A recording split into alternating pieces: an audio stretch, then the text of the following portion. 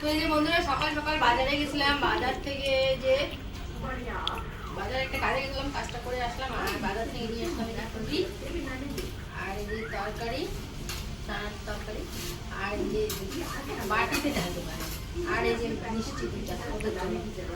কালকে তো আমরা মিষ্টি খাই খাই একদম বোর হয়ে গেছি, তো আজকে ওদের জন্য নিয়ে আসলাম দুইটা 10 টাকা করে মিষ্টি।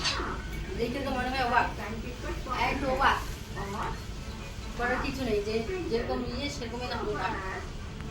চলো খাই, তিনজনে, ছেলে মেয়ে আমি, এদের পরে কথা হবে, ঠিক আছে? শুভ দুপুর বন্ধুরা, তোমরা সবাই কেমন আছো? আশা করি ভালো আছো, আমরাও ভালো আছি। শেফালি রাজ চ্যানেলে তোমাদের সবাইকে স্বাগত। তো চলো আজকের ব্লগটা একদম অন্যরকম। তো দেখো আমি ছোট্ট কড়াইটাতে এই যে ভাত বসিয়ে দিয়েছি। আর রান্না করার কথা ছিল না, তারপরেও আমি ভাবলাম যে না, রান্নাটা করি, কারণ হচ্ছে খিদা লাগতেছে।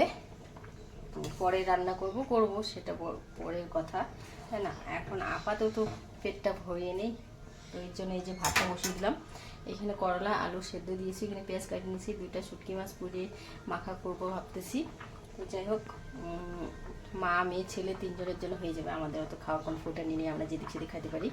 যে ফুটানি করে সে নাই, সে এখন আস্তে আস্তে রাত্রে সারাদিনের জন্য গেছে, কোনো ব্যাপার না, আমাদের হয়ে যাবে। তো চলো পরে আসবো, ঠিক আছে? পরে কথা হচ্ছে।